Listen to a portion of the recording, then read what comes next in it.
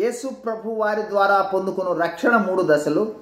1 నీతిమంతులుగా తీర్చబడుట, 2 పరిశుద్ధులుగా జీవించుట, 3 మహిమీకరణ లేదా దేవుని మహిమలో లేదా పరలోక ప్రవేశం చేయుట.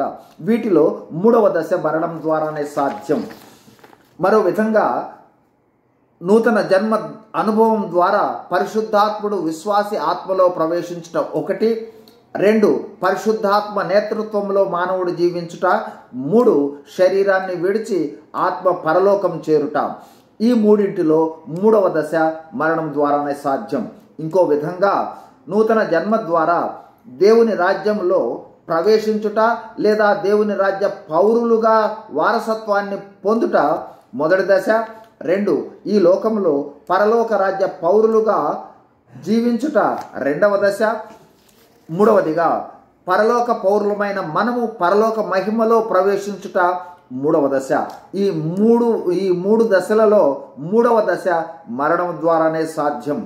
ఈ చెప్పుకున్న రక్షణ ప్రతి 3 దశల రూపాల్లో ముగింపు దేవుని మహిమలో ప్రవేశము. పరలోక ప్రవేశము మానవులమైన మనము పొందాలంటే అది మరణము ద్వారానే సాధ్యం.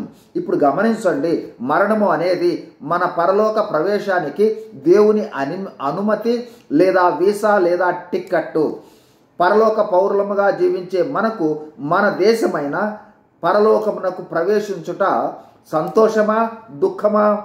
ఎంతో గొప్ప సంతోషమనే విషయాన్ని గుర్తించాలి. అందుకే క్రైస్తవులు మరణాన్ని ఆహ్వానించాలి తప్ప భయపడరాదు.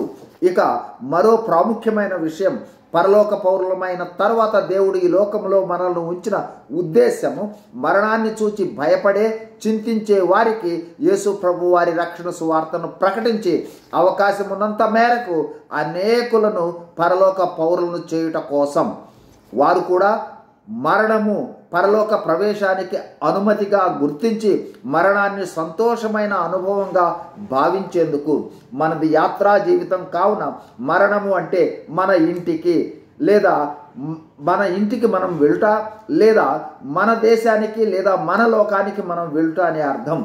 క్రైస్తవులకు మరణం అనేది ఊహించలేనన్ని దేవుని మహిమా ఆశీర్వాదాలు పొందేందుకు వీసా లేదా ticket.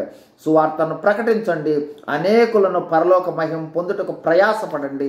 God bless you. Thank you.